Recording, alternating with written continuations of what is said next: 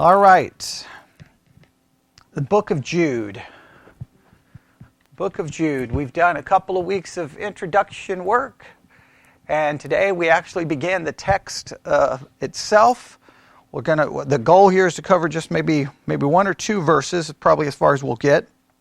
Well, let's do some basic review.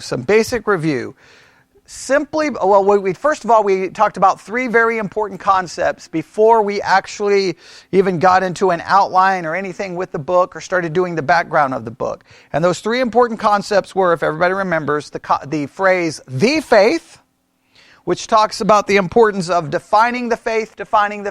We went through the history of who defines the faith. We have the church and scriptures, but we have to have a definition. We have to have a definition of what the faith is. All right? I cannot stress that enough. Then we talked about the attacks that come to the faith, and those attacks show up in which two forms? One as an invasion, which refers to what? An external attack, yes, and then we talked about an insurgency, which arises from within, okay? And again, one of the key ways of fighting both is definition.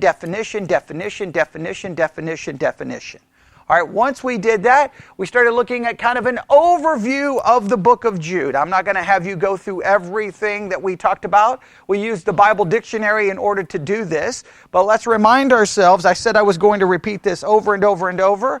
Jude is a letter, and I'll stop right there, that what?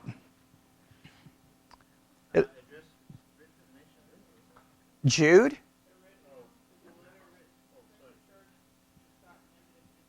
There we go. Jude is a letter written to the church to do what? To stop or protect negative influences. Because those negative influences are trying to do what to the church? Okay, destroy the church, right? Destroy the church. All right, so Jude is a letter written to the church to try to protect it and defend it against that which is those negative influences which are trying to destroy the church. How does he do this? How does the writer of Jude attempt to do this? By unmasking the false teaching with pointed language and vivid images, and with appealing to the faithful members, the faithful to remember the teaching of the apostles. So Jude is a letter written to try to protect the church from the negative influences that are attempting to destroy the church. Right? Just make sure you have that down. I'm going to ask that every week until we've done with the book of Jude, over and over. It's a letter written to protect the church from negative influences that are seeking to destroy the church, whether from without or from within. Jude is going to try to attempt to protect the church by unmasking the false teachers and calling the faithful to remember the teaching of the apostles. If you need any help with that, that's basically the first paragraph for the entry in the Bible from the Bible dictionary. If you need to write it down or to have it down so that you can remember it. All right? We gave kind of the outline that was provided in the Bible dictionary. Okay? And the Bible dictionary refers to the first part of Jude as what? If anyone remembers.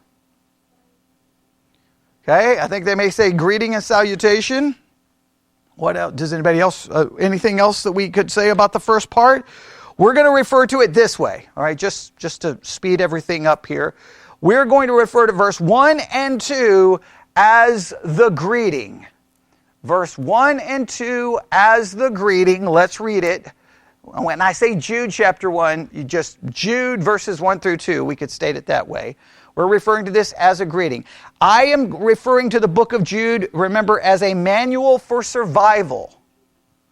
It's a manual on how the church can survive these negative influences. They're seeking to destroy it.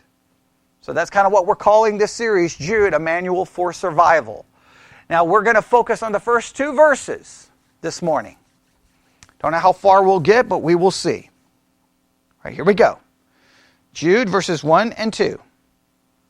Jude, the servant of Jesus Christ and brother of James, to them that are sanctified by God the Father and preserved in Jesus Christ and called, mercy unto you, and peace and love be multiplied. All right, stop right there. 2 verses. Verses that are easy to do what? Just skip and move on and not pay any attention to. But they are the greeting of this letter.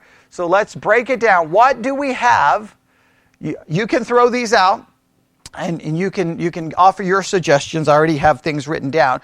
But what do we have in this greeting? So if we're doing an outline, it would be greeting, and then our subpoints are going to be the things we find within this greeting. What are the things we find in the greeting?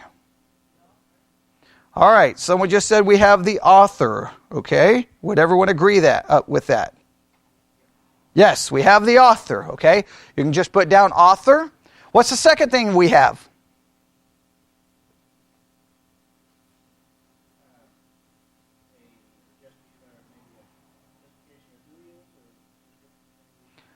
Well, think of it this way. Okay, so the first word in the book is what?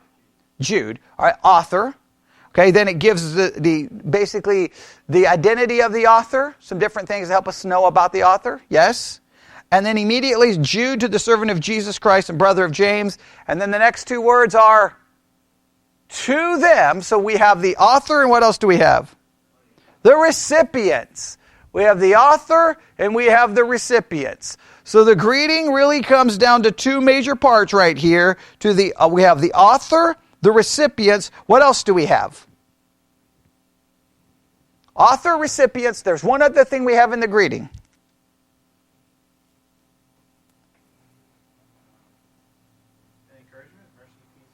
Okay, we have in verse 2, what do we want to call that? What do we want to call verse 2? Someone just said encouragement. What else do we have? What else could it be?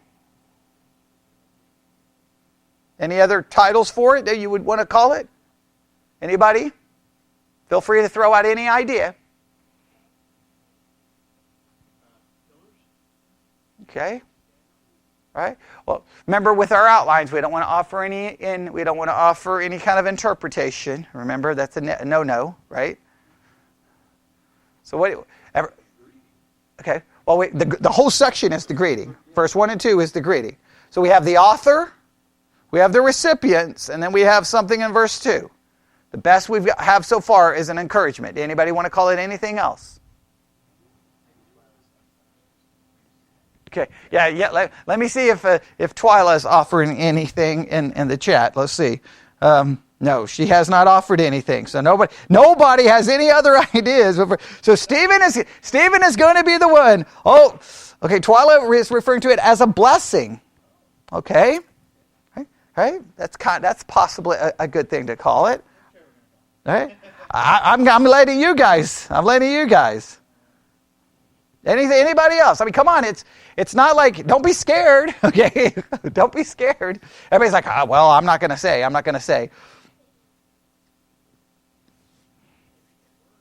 right, trying to think of a word. All right.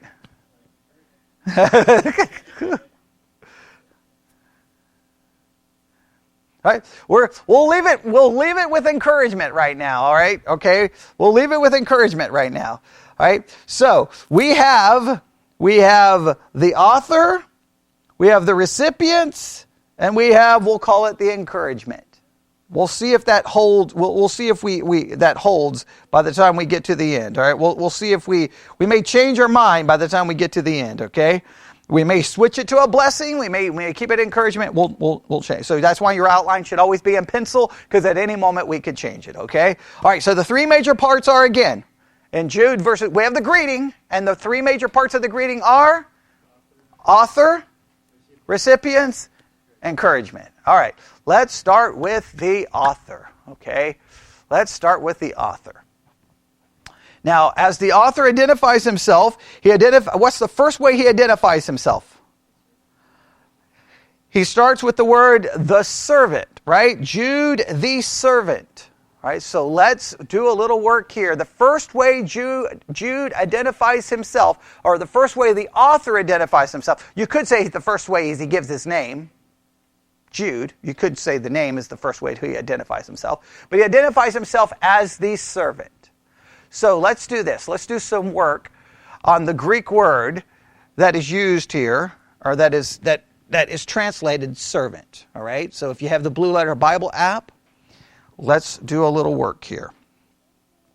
All right? Because it is an interesting, this is a common, I guess it's interesting, but it's also somewhat common to go with this description. But we have Jude the servant. Okay, yes, all right. Someone already said the Greek word. Here we go. I'm going to find it. It is, here we go. It is this Greek word. Oh, I'm going to have to do this. I'll have to turn that back on in a minute. Here we go. It is this Greek word. Strong's G, 1401, doulos. Doulos. It's the Greek word doulos. Now, you'll notice that in the King James it's used how many times? 127, which means we're not going to go through all 127 references unless we absolutely had to. But I don't think there's much difficulty here. First of all, it's translated, it's used 127 times. It's translated servant 120 times. Bond 6 times. Bondman 1 time. All right? So there's no major controversy that you can translate this servant. What is Strong's definition for it? A slave. Literal or figurative. Involuntary or voluntary. Frequently, therefore, in a qualified sense of subjection, right, or subserviency. Bondman or servant. Now, outline of biblical usage gives us this. It refers to a slave, bondman, man of servile condition, a slave. Now, this is very important. One who gives himself up to another's will. Those whose service is used by Christ in extending and advancing his cause among men.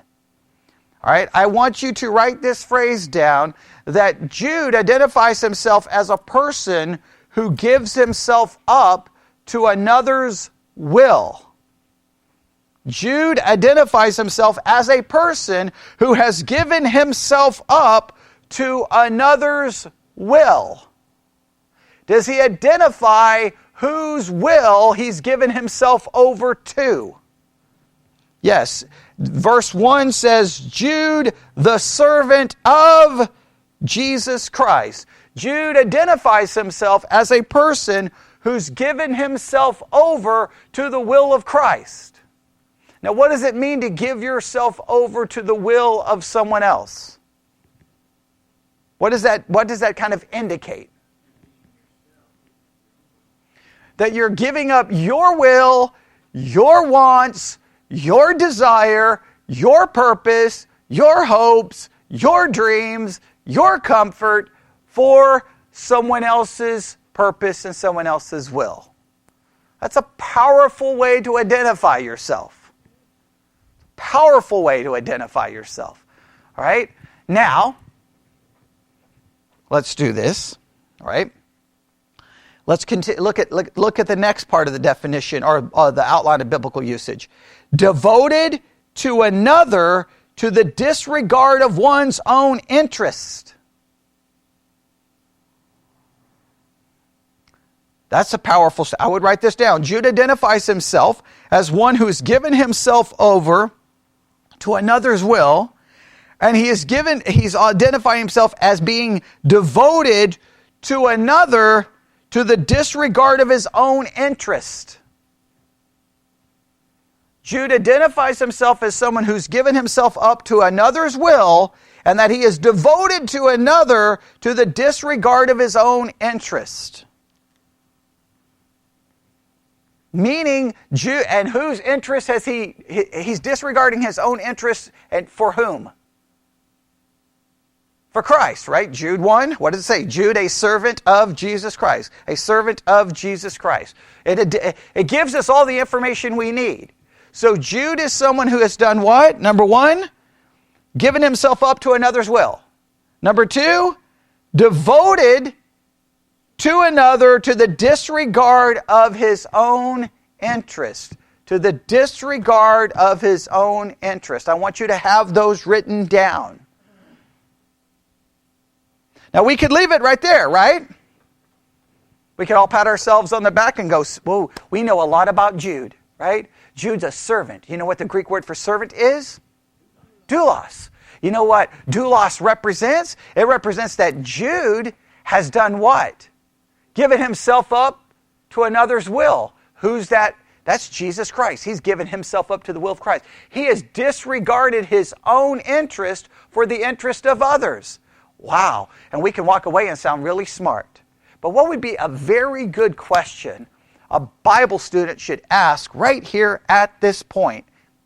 Right here. What would be a good question that a Bible student should ask right here? What would be a great question for a Bible student to ask right here?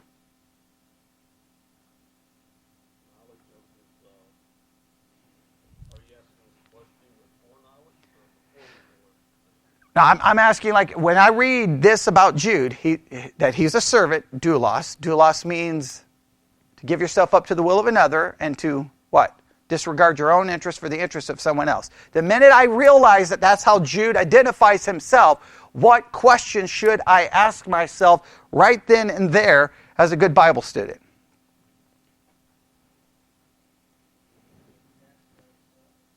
No.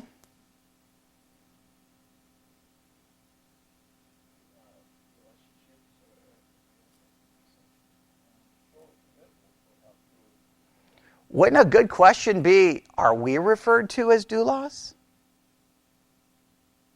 I would hope that would be a good question you would ask yourself. If he's referred to as doulos, and we see what doulos means, are we as believers referred to as doulos?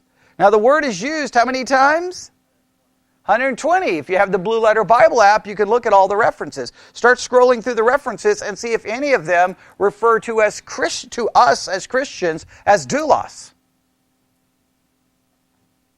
See who can find a reference, and maybe after we're done with all 127, we won't. Remember, I don't always like to give you the answer. I like you to find the answer. Find me a scripture where Christians are referred to as servants of Christ, and it uses the word doulos. That would be a pretty important thing to consider, right? You can walk away just saying, I know this about Jude, but it's a whole different thing if that he refers himself as a servant, and then we are called the very same thing in other passages of Scripture, which would mean what's implied. That we're to be like Jude. So let's see if that's true. See if anybody can find a reference where we are referred to as doulos. And if you find a reference that we are called doulos, the question is, who is calling us doulos? Very important.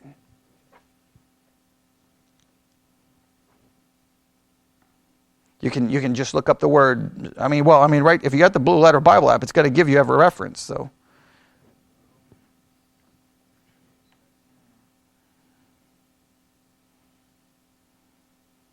all right. So we're gonna.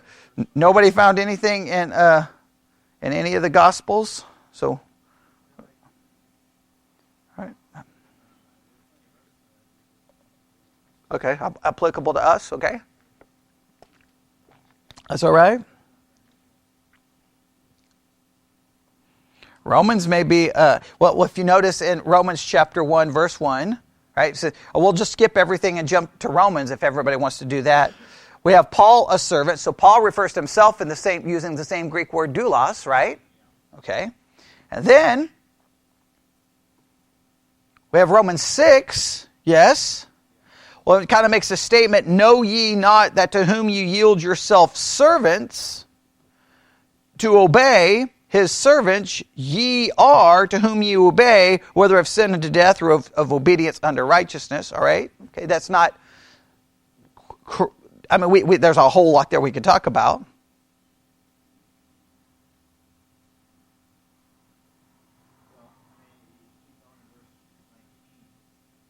Okay. Okay.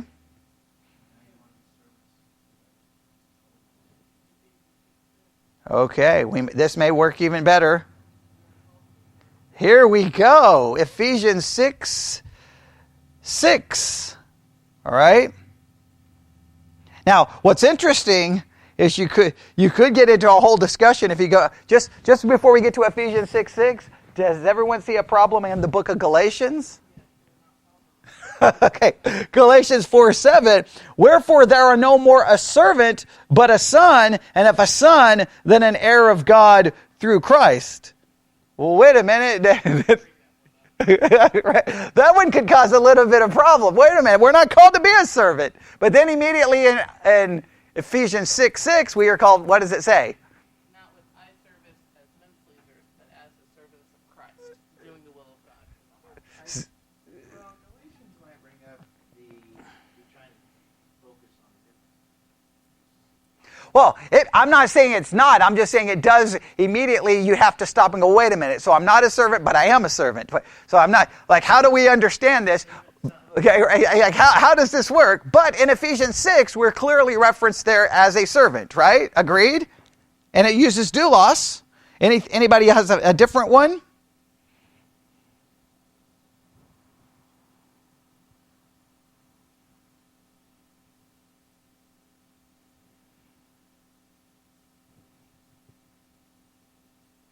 Really, Ephesians 6:6 is the main one, correct? Would everyone agree? 2 Timothy 2? Yeah, that's referring to pastors. It's referring to pastors. Okay. Some may try to make it. Okay. Right? Ephesians 6:6 is that really the best one? It's just an interesting concept because a lot of times it will just be preached like, hey, we're doulos, we're to be servants, we're to be the same thing. Well, what I always like to do is look and look and look. A lot of those references are to a lot of things. Now, 1 Peter 2:16, what does it say? As free and not using your liberty for a cloak of maliciousness, but as the servants of God. Okay, all right, there we go. 1 Peter 2:16. Is it used doulos? Okay. I want to make sure it uses doulos. Okay. So there would be two verses that would imply that we're servants. Okay. And we don't need more, but if you got another one. All the apostles called themselves. Oh yeah, all the apostles did. There's no question. So you've got pastors on the phone? Yeah. So clearly pastors are to be doulos. Or those who were actual servants at this time, because you've got servants obey your master. Yeah. Oh yeah. If you're an actual servant, yeah, then you're a doulos, right? But I think we have two passages that seem to expand it to us. Ephesians 6:6, and was that 2 Peter? 2:16. Seems to expand the application to us. All right? I'll see, and let's see if anybody else offered any others. See if anyone offered any others. Twyla offered Colossians 3. Okay. Colossians 3:22. Okay, well, that's servants obey in all things your masters, according to the flesh, not with eye service as man pleases, but in singleness of heart, fearing God. I think that's referring to actual servants there. And then you said 1 Peter 2:16 or 2 Peter? Twyla has 1 Peter here. Look at 1 Peter.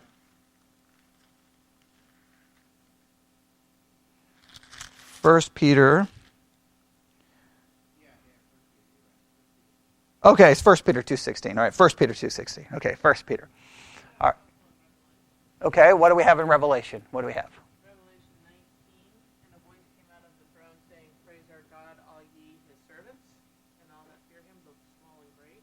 Okay, and servants there is doulos? Yep. All right. Okay. Revelation 22:3, there shall be no more curse, but the throne of God and of the Lamb shall be in it, and his servants shall serve him. Okay.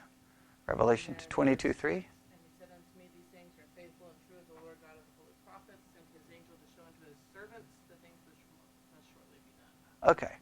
All right. That seems to have a broader application than just pastors. Right. Yeah. So I think it would be safe to say, can we agree that doulos would refer to us as well? That as Christians, we are called to be his servants. So we should see ourselves as individuals who have done what? Yeah, you can go back to the definition that we've given up our will for the will of Christ, and that we've given up our interest for his interest. Now the question is, and we have to ask ourselves, it's one thing to say that, right? It's far another. It's a far different thing to do it, to live that way, to truly have that mindset.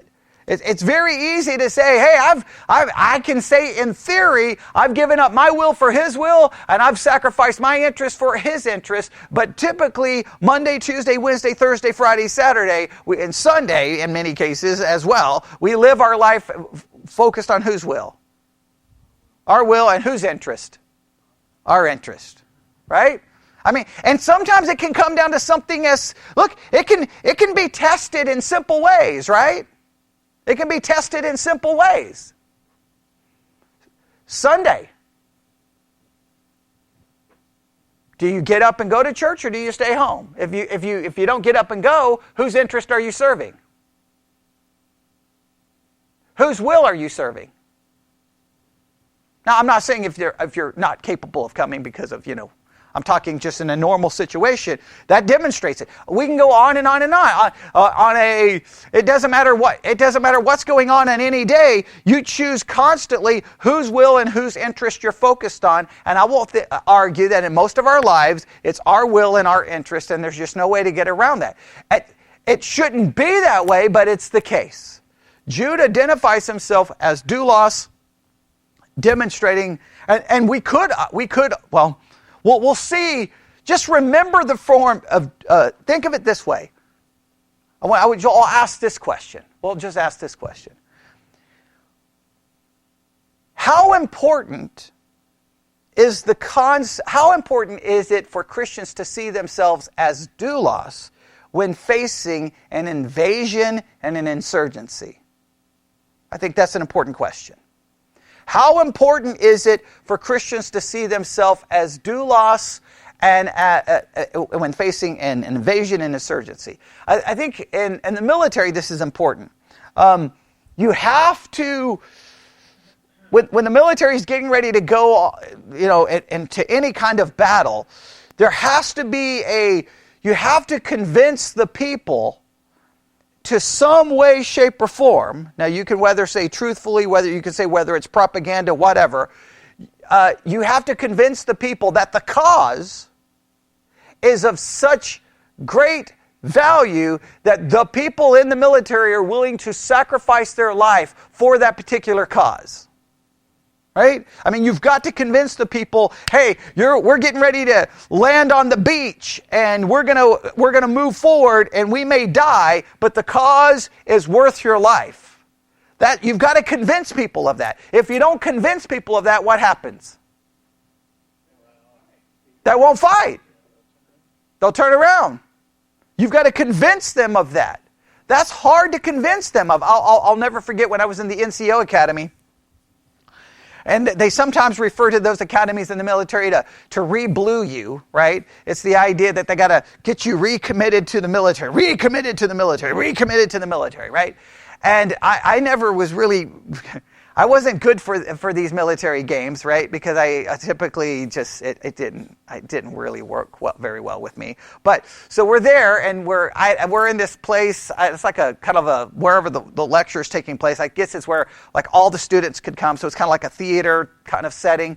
And they're up there, and I think they were trying to show us some, I think it was from a movie where there was like, from like Gladiator or something about, okay, passion for your country and for your fellow man, and be like the cry of a warrior. And there was this phrase, I don't even remember the phrase, and they kept wanting everyone to yell it, like for country, for and trying to get us all patriotic, and we're willing to die for our country.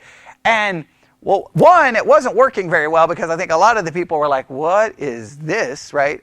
I was clearly like, this is the most ridiculous thing I've ever heard in my life, and I didn't really play along, and they got very frustrated with everyone. Some of the people were like doing it, but it was clearly an attempt to try to manipulate and brainwash, right? And I don't like that in any way, shape, or form. Right? It's like playing games. And like, I know what I want to do is go home. That's what I want to do because this is just ridiculous. But I understand the military has to do that, right? Because you've got to have people committed. But in some cases, it just feels like manipulation just to get you to go run off on a beach and die, right? And now, sometimes the cause may be just. Sometimes the cause can be extremely questionable, right? Again, going in, we could get into all of my discussions about my views on different military conflicts that the country has had. But in this particular case, I think you can see why this would be important.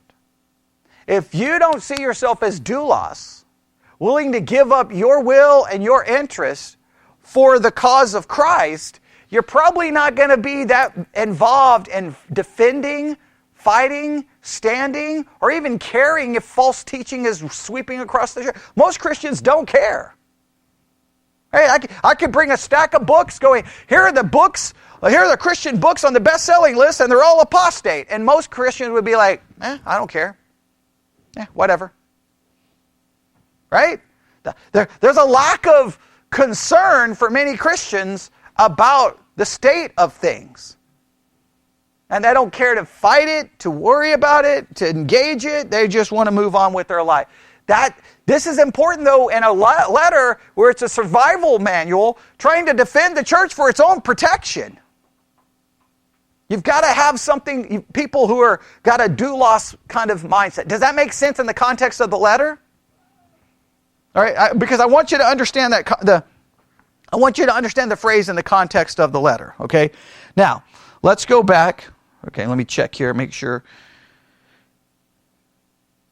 All right, Stacy said you have to keep the mission in mind, and to truly do it, you have to believe in the cause. And that's true. You've got to have the mission in mind, and you got to believe in the cause. You have to believe in the cause. If you don't, you're not. I mean, put it this way: the Christian army. If you think of it as the Christian army, I don't know how committed we are to the cause. And I think that brings up lots of problems. All right, go back to Jude. Go back to Jude. All right. What's the first way he identifies himself as? Doulos, or servant of Jesus Christ. Please note that that we are doulos to Jesus Christ. It's our will for Christ's will. It's our interest for his interest. You got to see that. It's not just, I'm a servant. It's a servant of a specific, of Christ, of the eternal Son of God. Does everybody see that? Right? Now, what's the next way he identifies himself? Brother of James. Brother of James. Now this is interesting. I'm gonna borrow from God's Masterwork, a book right here, because I think it's interesting. You can tell me if you think this is interesting or not. Here we go. You ready? Jude introduces himself as a bondservant of Jesus Christ, or doulos, slave, and brother of James. The James is the same man who wrote the book of James, and both of them were Jesus' half-brother. And they said to see Matthew, you can look at these. Everybody look these up really quick. Look at Matthew 13:55 and Mark 6:3. Matthew 13:55 and Mark 6:3, and you tell me what you find. All right?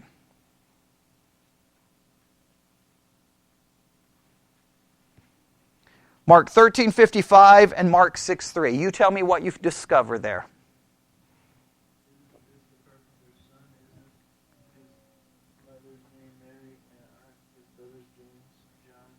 Joseph, Simon, and Judas. All right, there you go. All right, what do we have in Mark 6:3? What do you have in Mark 6:3? So Matthew 13:55, it identifies his brothers, right? And what do we have in Mark 6:3? Same account. And how does it read? Is this not the carpenter, the son of Mary, the brother of James and Joseph, and of Judah and Simon? Are not his sisters here with us? And they were offended at him. All right. Now, we say half-brother because although James and Jude and Jesus shared the same mother, Jesus obviously had a heavenly Father. Jesus is the eternal Son of God. All right? Everybody got that? Now, why is this significant, you think? What do we possibly gain from this? That in a roundabout way, Jude is identifying himself as the half-brother of Jesus in a roundabout way, but he's doing so through his connection with whom? James, his brother. All right? So what would be an obvious question that you would ask yourself at this point, a good Bible student?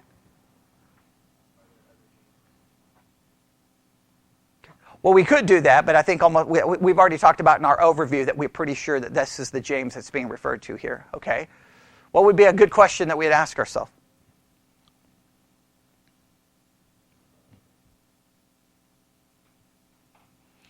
Why didn't Jude just simply say, I'm the half-brother of Jesus? Wouldn't that be a good question to ask? So why do you think he didn't just say, I'm the half-brother of Jesus?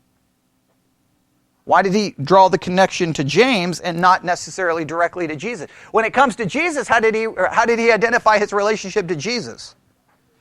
I'm a bondservant. I'm a slave. I'm doulos. Why does he not identify his connection with Jesus as being the half-brother?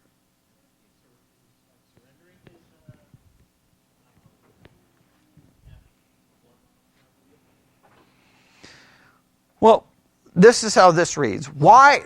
Because they asked the question, why didn't Jude list his kinship with Jesus? Now, this is their speculation. Okay, right. So why do they not do this? This is now which leads Catholics to argue a whole different concept, but we won't get into that. All right. But here, most likely, this is what they claim: modesty and reverence constrained him from boasting in it. But also, he was more than a brother of Jesus.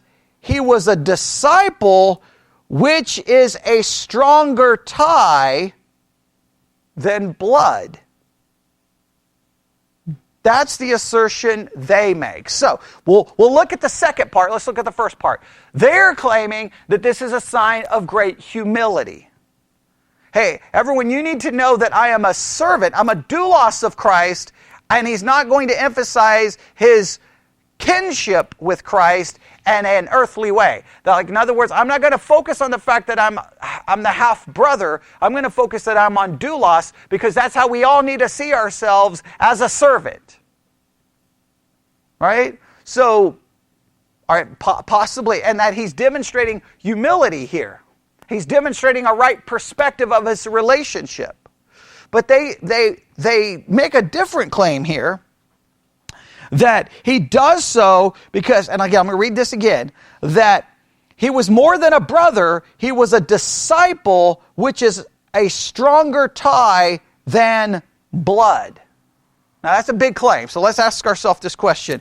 Is it true that a disciple has a stronger tie or a stronger relationship than brother?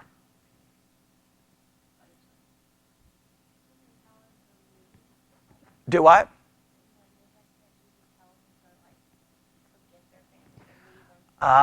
Very good. That's found in, I think, Matthew. How about, let's go to Matthew. See, I think I have the reference written down in my notes. I think I put a little note here, because that's a very important concept. Very important that we don't forget this. Look at Matthew 10:35.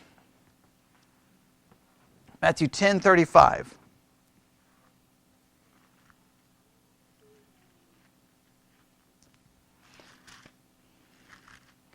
Matthew 10:35.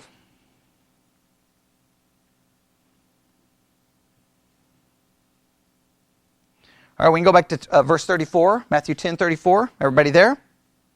Think not that I've come to send peace on earth. I came not to send peace, but a sword. For I've come to set a man at variance against his father, his daughter, her mother, the daughter-in-law, against her mother-in-law, And a man's foes shall be they of his own household. He that loveth father, mother, more than me is not worthy of me, and he that loveth son or daughter more than me is not worthy of me. So Jesus identifies that that you are not to allow family connection is not as important. In other words, you are to set family connection aside for what connection? Discipleship or that. So they're making the claim that, hey, he's not going to put the emphasis, hey, I'm the half brother. He's going to put the emphasis that I'm a servant. I'm a follower of Christ. Being a disciple is a different, I hate to say this. I mean, it's even true even with discipleship though. So I don't know. I have kind of, it preaches good, but here's my issue, all right? So it sounds good, doesn't it, right? Hey, he doesn't refer to himself as a half-brother because he's a disciple, and the disciple, that's a closer tie than a brother. Okay, I do understand that a little bit, but let's make it very clear. Family members can stab you in the back, lie about you, hate you, turn against you, and abandon you. Yes? So can a disciple, right? Judas was a disciple, betrayed him. Peter was a disciple, denied him. Almost all the disciples when Jesus died did what? Ran and hid. All right, so clearly being a disciple doesn't guarantee. So that preaches so good, right? Hey, I'm not going to focus on, my blood connection because I'm a disciple and that is a stronger connection. I don't know. I'm going to argue this. Why he doesn't do it, I think it has to be more because of humility's sake. Has to be for just to be humble. All right? But in a roundabout way, I don't even know if that works. Sometimes we look for a spiritual lesson maybe when there's not a spiritual lesson. The minute he says he's the brother of James, and if everyone understands James to be the brother of the Lord, in a roundabout way, is he not drawing his family connection? Right? I mean, I know we want to make it sound like, we need to preach a sermon here, right? We got to preach Sometimes pastors are so much concerned with preaching a sermon, right, that they will find a sermon maybe where there's not a sermon. I'm just going to say when he says he's a brother of James, is he not drawing attention to his family connection? Well, obviously, right? If he's saying he's the brother of James, he's drawing his family connection. So we can sit there and go, well, why didn't he say he's the half-brother of Jesus? I think in a roundabout way, saying he's the brother of James, he kind of is doing that. So because my question would be, look, if he's so worried that he's going to not come across as humble, why even mention James?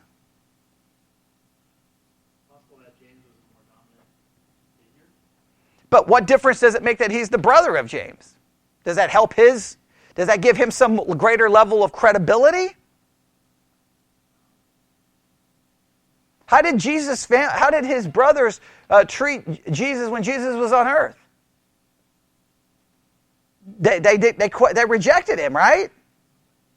Okay, so like what's the reason for saying, hey, I'm the brother of James? Yeah. So I'm just saying that, like, on one hand, we want to say, well, see, he's being so humble. He doesn't want anyone to see his family connection. But then he comes right out there and gives the family connection, yes? So then what's the significance of the family connection? Other than just something to place in another word. I would say this. Maybe he gives the family connection. Well, I'll see if anybody else can come up with it. Why would he give the family connection? Why would he give the family connection? Let's see if anyone can come up with a good reason why. Why?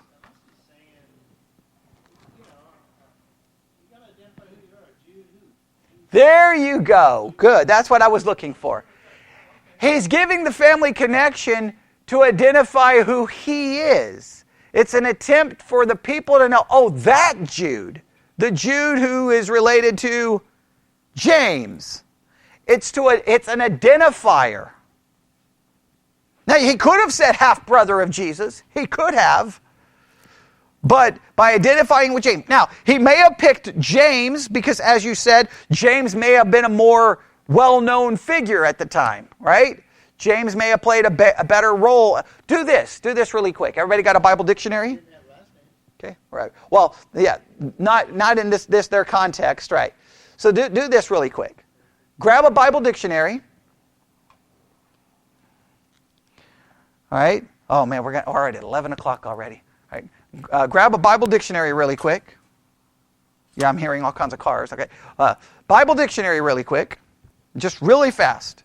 Look up the entry for Jude and look up an entry for James. Not Jude the book, Jude the person. All right? We'll do this really quick because this is very important to try to figure out. All right? I know I'm destroying a lot of sermons that people preach on this book, but that's okay. All right. So, what does the entry say for James? What does it say for James? All right, now stop right here. There's 5 men in the New Testament, James. So simply saying that I'm the brother of James, clearly there had to be a James that rose above the other James to such prominence that by telling them that it had some connection. So what does it say about the different men? James, the son of Zebedee, one of the 12 apostles. Okay. James, the son of Alphaeus, also one of the 12 apostles. All right. James the Less. Can you imagine having that name? You're James the Less. Okay. James is called the son of Mary, not the mother of Jesus, and the brother of Joseph. James, Mark refers to him as James the Less. Okay. Next. James, the father of Judas. That is Luke 6 and Acts 1. Judas was one of the 12 apostles. Okay. And then James, the brother of Jesus. All right. And does it say anything about the James, the brother of Jesus, having some level of prominence in the early church? Does it say anything just quickly in the entry? I know it's a long entry.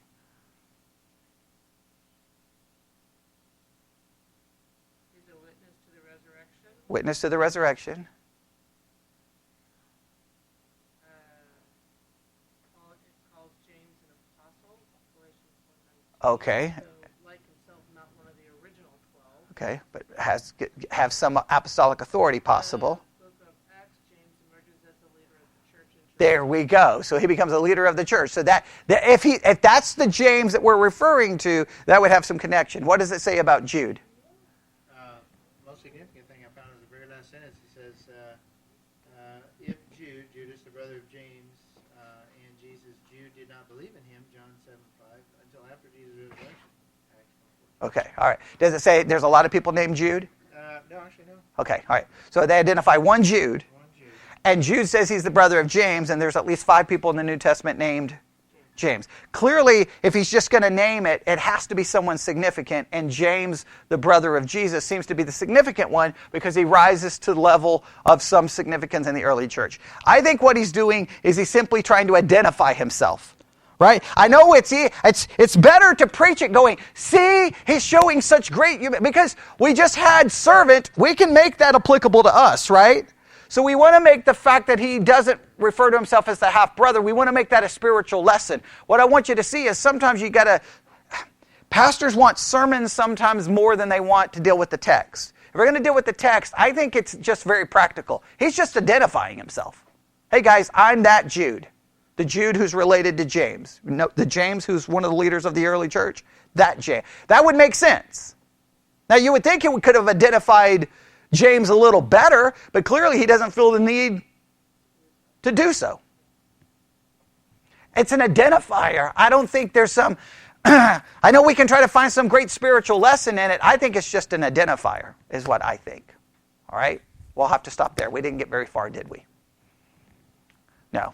So I'm going to have to go put part 1 on this because I was so convinced that we were going to finish the entire greeting. I really was, which was a fool. All right? That's interesting. Twyla offered the idea maybe only true believers would know that the brother of James is the brother of Christ. Maybe like to say I'm the brother of James, that only believers would really know that family connection. That's a possibility, but I think he's just trying to identify himself. But we'll stop right there. Let's pray. Lord God, we come before you this morning. Lord, I pray that we would hopefully consider ourselves as true servants of you and your Son and the Holy Spirit, and that we would not see you as our servant. Sometimes that is a problem that I think we all fall into. Forgive us for when we do that, and help us see ourselves in a correct way. And we ask this in Jesus' name. And God's people said,